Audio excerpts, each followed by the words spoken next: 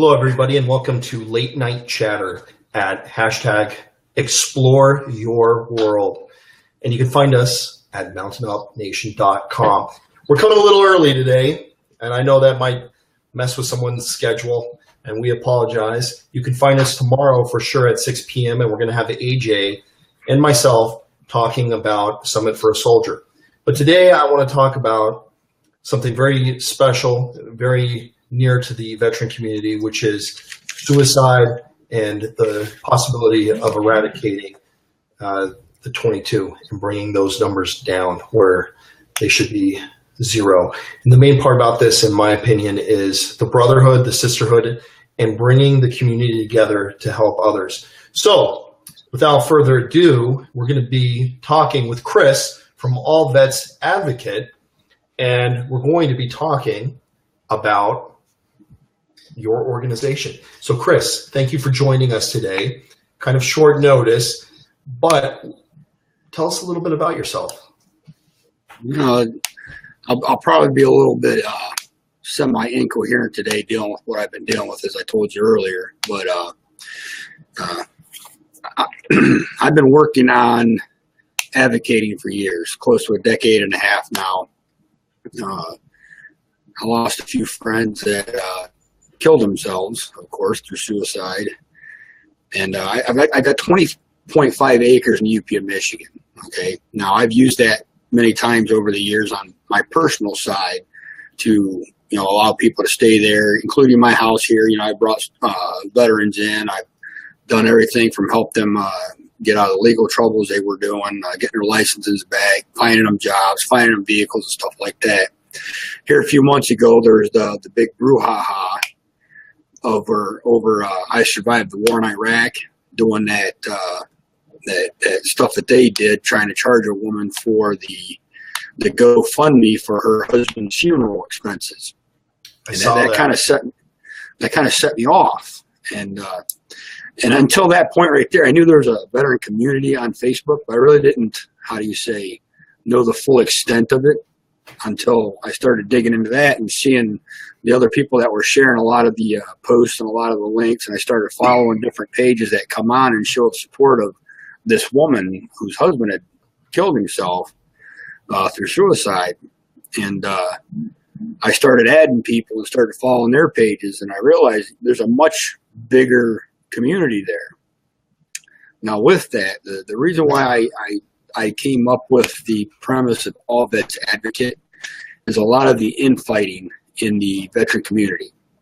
It started to get to me. I'm like, the thing that kept running through my head was, we're all on the same mission. Why does it matter who gets the credit for doing each separate bid? Or why are they arguing over who did more for a soldier that they were all working on to get the help he needed? As long as he got the help that he needed, or she needed in some instances, why does it matter? Why are you going to fight over who got the recognition or more recognition? Exactly. No, I couldn't agree more, Chris. Well, that's what led me to do the website. Now, my website that I started is endthe22now.org. That's what it started out as. I started that right there before I even started the Facebook or decided to go even further with the charity. I've been offering the property to quite a few different groups, and everybody seemed to think that because it wasn't their idea, that it wasn't a good idea, or because they weren't the ones going to be getting the credit, that they didn't want to do it. Now, what I did with the website right there, I see you posted it, is I advocate for any and all groups veteran. Okay, whether they're a veteran-owned company like yours, where they're a Facebook group that truly helps veterans, where there are web-based groups from the ones that assist in finding therapy or treatment dogs, or just a camp, or finding help with bill pay, or any and all issues that a veteran may face. Okay, and then I decided to take it a step further because I started getting a lot of traffic to the site. People would email me about this and that. And then I went on with the Valhalla tab that I have on that website. Now, here about 2 weeks ago, the website crashed, and I haven't really had time to add all of the links that I had on there before back on it. But the Valhalla tab is a list of the fallen that have taken themselves. Because I mean, too many times people get on here, veteran suicide, the 22. Like a lot of people, that's become almost overplayed because everybody's using it. Everybody's pushing it. So people see that 22, but they don't really understand that there's actually people connected with that. As I started adding the names, the birth dates and the end dates on the page, I started getting the stories from the family members. Well, this happened and this happened, if only he could have gotten away for a weekend, the stresses were getting to him, he just couldn't handle it. And he took that, there was that one moment where he just felt that he couldn't carry on, and he took his life. And several times it was right in front of the spouse or the children, and it got to me. And I began thinking again, instead of offering my land to somebody, why not push to do it yourself? And then I started putting that idea out there, and I started having people saying, hey, man, hey, that's a good idea. Maybe you should do that. Maybe you should push something. Try get connected with a charity. So that's when I led in to start inquiring with other people that were doing the same. They had similar setups or were talking about wanting to do similar setups. And every single one of them said, well, you can donate the property to us, and we'll facilitate it. We'll do that. Well, how does that work? I'm going to give you my land so you can benefit by money. I'm not doing that. I'm not doing that. And then somebody made the comment one day, why don't you just do your own charity? Well, I started the process of inquiring to see about people that were interested in facilitating that. I met a few other people, and then I met you. And then I was introduced to Bennett Tanton, who so far has been more of encouragement than you could possibly imagine, from talking with the connections that he has to giving me the encouragement and the the positive vibes of saying that he believes in the mission. I spoke with him here the other day, as a matter of fact, again, and he confirmed that he's got his law firm or whatever that he goes through for a lot of his stuff that's working on the legalities and the licenses and permits and stuff that may be required to do the fundraising in different states. Like I said, a lot of these groups that come out here that say they want to do this, they don't have the property in place already. They have to raise funding to buy property or see if they can get the property a good price, and then they have to install septic tanks, and they got to install wells and power and all that other stuff. That costs hundreds of thousands of dollars. Now, I got 20.5 acres down a dead-end road out in the country that's already set up with 75% of what it takes to facilitate a facility like this. The way I want to set it up is, we've got homeless veterans right now.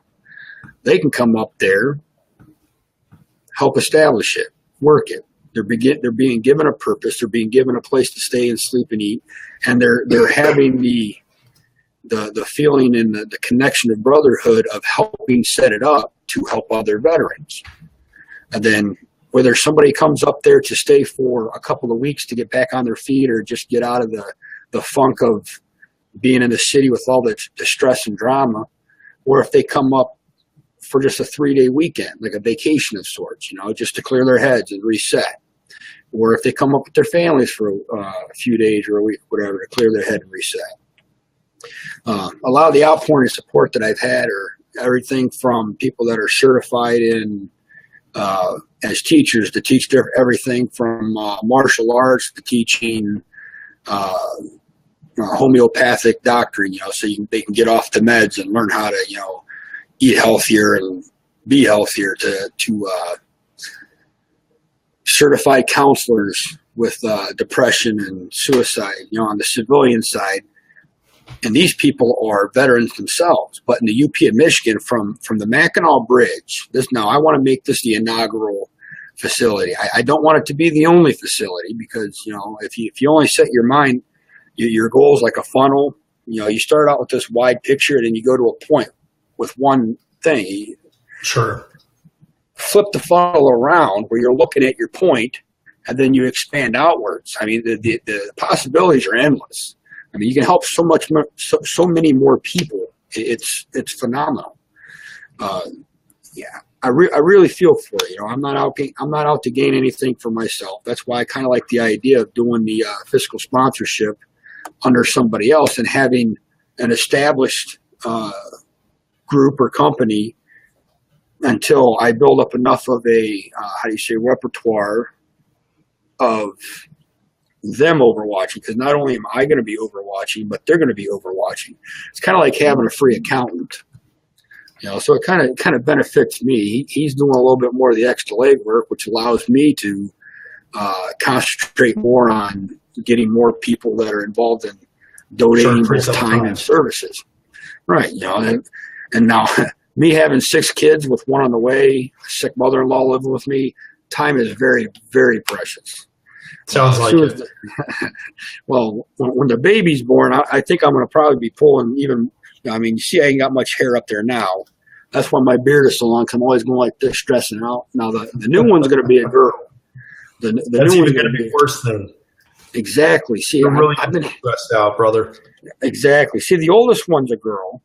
Okay, she's 17, but she acts like a boy because the 5 under her are all boys, and of course they act like boys. Now this right here being a girl, I'm kind of afraid, So it's going to be kind of different. I don't want her to be like a boy though. I want her to be the girl that whip out a knife and cut you if you piss her off, kind of thing.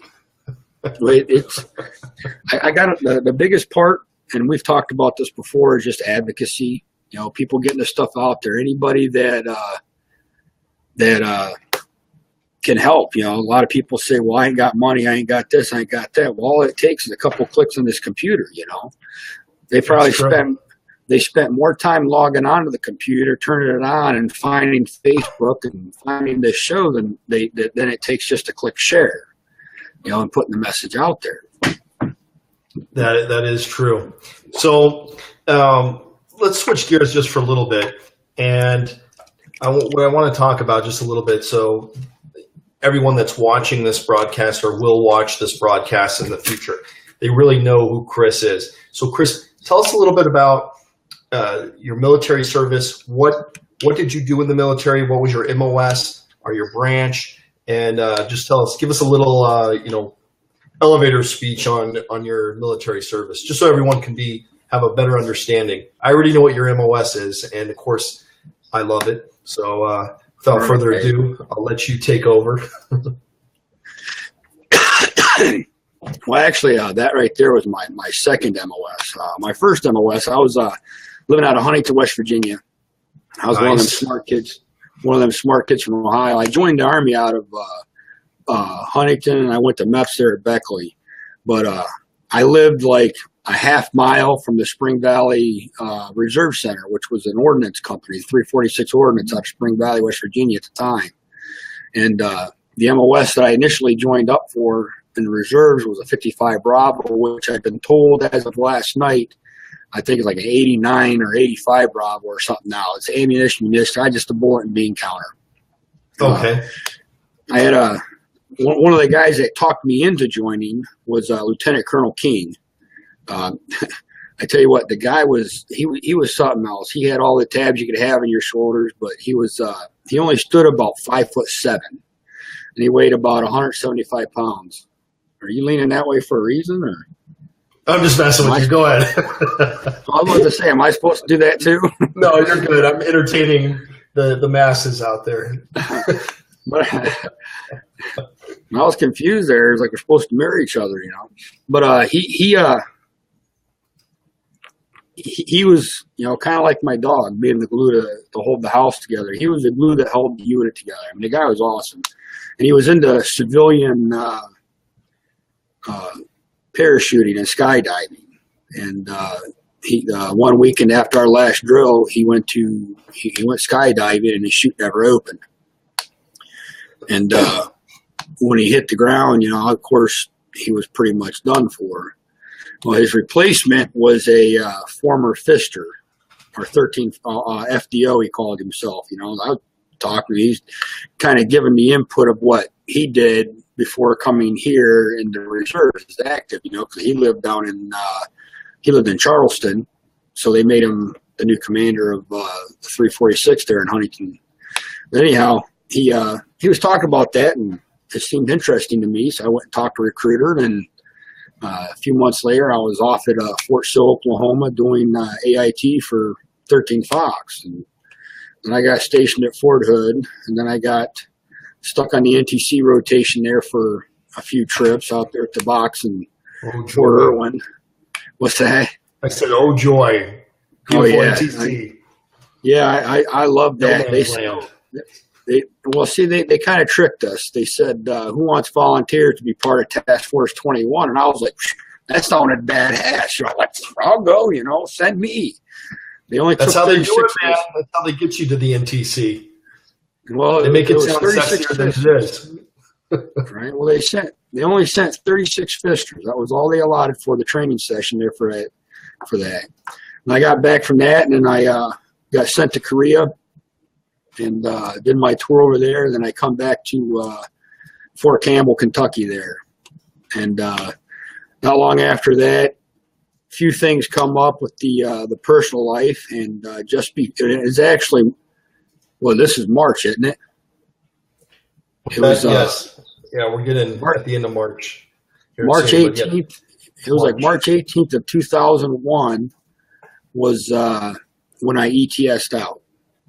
I didn't go over to Iraq or Afghanistan or nothing like that. But I seen, surprisingly enough, in the late 90s, I'm sure you probably knew, North Korea was doing that same shit that they're doing now, popping the missiles over Japan into the ocean, and we were having the skirmishes on the borders or whatnot. We were doing we were doing the patrols. I was stationed at Camp Hovey, the tail end.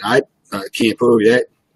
The walk of shame from Casey Gates to Camp Hovey was a pain in the ass if you missed that last the last bus in the evening. I was a pain in the ass, but got a lot of cool stuff over there. But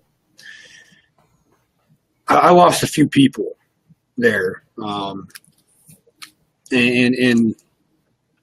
it affected me to the point where there had to be something more. Their families talking to me. Because I wrote a letter to Dear Abby. The thing that kind of set me off a lot of stuff that the government was doing at the time kind of tweaked me. I actually wrote a letter. I wrote a letter to Dear Abby, and you can probably Google it. It's on there. Just write Christopher Troll, Dear Abby. But they spelled my name wrong, and then they said that it was Camp Harvey, Korea. There's no, it was weird, but it got in there because they weren't wanting to pay the life insurance money, and that set off the family. And then one of the guys that died, there was Brantley, Bice, Biondo, Kim, and I think Thompson was the last guy. But a lot of things set me off. But the thing that really set me here recently, like I said, was that stuff that I survived the war in Iraq. It blew my mind. And then the infighting as a result of that. So there's with the way they're gone now. Well, yeah, they were gone by midnight that night. I know. I saw it. What a disaster.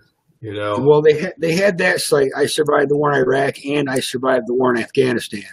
And come to find out, the CEO, the guy that started and ran the page, was like an S2 officer from the Air Force.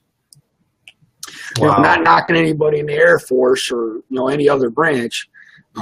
The premise of all vets is to advocate for all vets. So branch of service, time of service, whatever, it doesn't matter. As long as you have a true belief in veterans, okay, a true belief. Wearing a uniform, when you're wearing a uniform and you're overseas, no matter what you're doing, the person to your right, the person to your left, the person in front of you and behind you, that's who you're trying to assist to make come home. Now, when you come home, why should that change? Why should it become an ego thing? And I said in a few of my videos, everybody wants to be the one. This isn't the fucking Highlander. Pardon my French. I shouldn't cuss on here, should I? Are you going to ground me? There can only be one, right? Well, that's what I'm saying. That's the way they look at it. If it isn't their name, this isn't about competition. It's about compassion, for completion. And what I mean by completion is completion of the mission, like you mentioned, to eradicate, stop, curb, and end veteran suicide.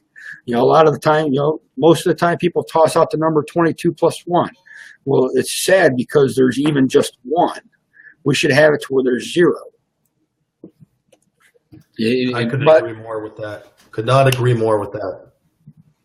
Now, a little backstory on the property. Okay, that property up there is 20.5 acres. And it's kind of cool, too, because it's on a dead-end road called Freeman Road. Freeman, Freeman Road. I mean, what better place to go to free your mind as is Freeman Road. Exactly. Think about free your mind and the rest will follow. I was about to start singing and taking off clothes, but I don't think your viewers want to see that. Now, I gain nothing. I have everything. I've put total faith in what I'm doing. I put total faith in the community as a whole, and not just the veterans in the community, but civilians, sponsors, donors, whoever may come along. I've had a lot of good positive feedback. I've of people that are coming forward and offering to support. Not all the time. Exactly. Too many people want to talk about how they can do things themselves. It's about, well, I'm doing this and I'm doing that. Now, exactly. And that's why we're glad that you're here with the Mountain Up Nation, because we believe in the whole concept. So, and I appreciate that. And I appreciate the vote of confidence and support that I've been getting, especially from you guys and from, a lot of the other places that are kicking in the verbal. It amazes me, like I said, like AJ was talking about, too many people are about themselves. If it ain't for them, they don't want it. And the last, it makes me sad, kind of blue, but not blue as in blue falcon like those people are. If it ain't suiting them, they ain't about it. Or if they're not making enough money, they ain't about it, I know a lot of groups out there, they push the funding to assist other charities. A lot of the ones I see coming up now, a lot of the newer ones, and I've seen 2 so far that are going off of what I'm going off of being for all vets. And it amazes me. They don't have a self-made thought for themselves. They just sit there, they sit back in the shadows, and then they jump on the first thing that comes. So it makes it seem like they're the first and foremost. And it blows my mind. I've got no problem advocating for anybody. My website shows that. Like I said, the website led to the Facebook page, and the interactions with the visitors to the website and the stories of the fallen is what led to the charity itself. I am fully licensed in the state of Ohio. Bennett's assisting me with expanding. I've got a giveaway. And for the audience, who exactly is Bennett, and what's his organization? If you don't mind talking a little bit about that too. Oh, that's not a problem. Bennett actually helps out with a lot of different things. The organization that I was tied in with when I first started talking with Bennett is the Warrior Hall. That's what he does. Now, his main focus as of late has been like with his Cigars and Sea Stories and his the podcast there, and then the podcast Change Your POV. He's been pushing a lot of entrepreneurship for veterans, helping the smaller groups and companies gain not only the confidence to proceed, but the connections and helping facilitate them to proceed. And awesome. Well, and I've been checking some of his stuff, and he's highly connected, which is why I'm still stunned, because I've talked before I started the charity, before I even started the work of advocating for it, before I even got the license, because I started talking to all these people about what I was going to do before I even got my license. I was in the process of filing for it and doing the paperwork and everything else, but you can ask my mom, I'm bull at it. When I set my mind to something, I go about doing it. I don't stop till I can do it, especially if somebody tells me you can't do it. It's going to take you forever. Well, it's going to take you 6 months to a year. It's going to be this. It's going to be that. Well, I survived the war in Iraq happened, like late January, early February, something like that? I think so. And here I am with the I'll show you if I can find it here real quick. We got something somewhere, Shane. Unless the wife hit it on me. It's possible. She probably hit it. That's what I'm thinking happened. Anyhow, I got my license. Okay, I'm working with Bennett. I've got a lot of people pushing and advocating and doing the videos. They're starting to get out there. I've had quite a few.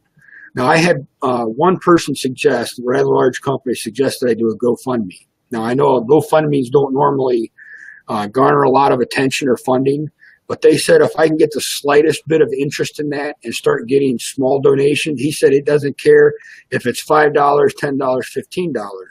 If he sees people actually paying attention to that and taking an interest in the mission off of that, then he will kick in mass amounts. And, so I figured it couldn't hurt. Every little bit helps. It amazes me, the outpouring of support that I've gotten from everybody. Sure. And the friendships and connections that I've made. Well, that is definitely what we're here to do, is try to connect the dots and help you however we can help you here at Bouncing Up.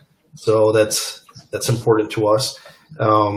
So to tell us just a little bit as we start to wrap this up, what is your outlook? What does your timeline look like for actually starting to get this thing moving? I know a lot of that's going to be contingent on funding. So we talked about the GoFundMe. When you do set up those things, let us know.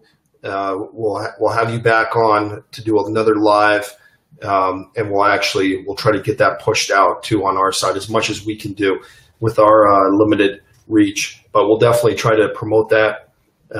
Especially, we like you, Chris, and we like Bennett, so we want to try to help further this agenda. As you know, we are some talk, but the best thing we can do is connect the dots for you. I think that's what we've started to do, and we're going to continue to do that. As far as timeline goes, like I was saying, the advantage that I have over, say, any other group or company or charity starting out saying, I want to establish a facility, is I've already got the land. Okay, now I have two chunks of land in Texas as well. I got a 5 acre and a 5.7 there that could be used to build a couple apartment buildings on it, just for homeless vets in the area. But the land in Michigan, I've already got a spare septic below the hill. I've got the power poles in there. I've got a building there that I lived in, my house, built in 1846, a potato cellar actually. I've also talked to several other organizations that are interested in helping me set up the farming aspect there, because I want to make it as inclusive as possible.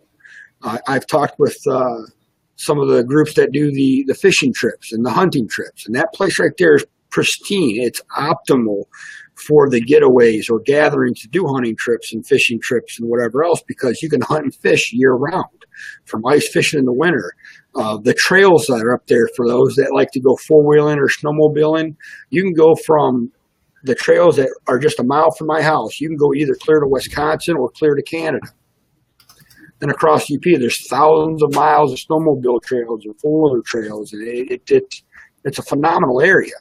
And it won't take but maybe, with a good crew, it won't take but maybe a couple of weeks to remodel the house that's already there at a minimal cost to start housing and assisting, 4 or 5 veterans, or, one family, and a couple extra spares, And then from there, you can set up buildings, which I've been looking into that too. The small, easy setup buildings for, a couple of grand. It takes you a day to put it up. Boom, you got a building, run electric to it, and set in a heater, and you're good. I don't plan on putting plumbing in each one of these little outbuildings. I want to keep it kind of back to basics, kind of like camping, but not have a heated latrine they can walk outside, walk down to the bathroom to. They don't have to have full. I want to make them small, and I want to make them inclusive, because you got to think about this. Back in the day when the country started, houses were small, families were more close-knit, because you didn't have this mass, wide-open space. And what better way for somebody to reconnect with themselves or their family than to be a little bit closer together without the distractions of technology and, the city and stress, period. Yeah, like I said, I got. And one bonus, I mentioned to you about my dog. I had to put my dog down today. That's why I've been kind of a little distracted, and I keep looking away. The memory's coming back in her. When I was at the shelter, it's a large shelter here in Zanesville, Ohio. I spoke with the main doctor there, and I spoke with the manager there, and they didn't know anything about this veteran community, the whole scene with getting therapy dogs or anything else like that. They are highly interested in setting up with me an offshoot, which being all vets advocate and not being limited to one avenue of assistance, of setting up a program with me to get the dogs that come in for treatments, for abandonments, and setting up a program to get them trained for veteran use. So that's something I'm going to be looking into as well. I can't beat it. And on their side, they can get funding from private donors and state funding to assist with that, where it's limited liability or expense on our end. Wow. Awesome. Well, I think you're doing a great job, Chris. I think you're getting off to a pretty good start on your project. I know offline there's a couple of nonprofits maybe I can recommend to you also, aside from the Warrior Hall, which you can find at warriorhall.org. And maybe you can make a linkage with those organizations too, so they can help to further what you guys are, the great stuff that you're already starting, but continue doing that. I'm sure there's a lot of people in the vet space that want to contribute to your project and see it become a reality. Including myself and a lot of other people, I can tell just by reading some of the comments here. So I'd like to thank you for joining us here at Late Night Chatter. It's a little bit earlier than usual with our special guest, Chris, from his organization. And give us the website one more time. I'm wearing some awesome Mountain Up gear today. Buy some Mountain Up gear. For sure. The organization is All Vets Advocate. And the website that I use for everybody. And if you notice, can't nobody say that I'm all about me either, because I don't even have myself listed on my own website. That's awesome. For everybody else. That's for everybody else. I'd rather all of them speak for me. Best advertisement's word of mouth, out of confidence, not out of compensation, as my dad used to put it. Exactly. So you heard that here. Check out the website, inthe22now.org. inthe22now.org. You can actually see that right now on the video, and down below in the comments you can actually see the website too. Click on it, take a look at it, and definitely become a part of their journey as they build this organization to help the veteran space. So again, thank you for joining us on Late Night Chatter. Visit us again at our new hashtag, which is #ExploreYourWorld. You can also visit us at mountainupnation.com. So again, Chris, thank you for joining us. And until next time, climb or die. I appreciate you having me.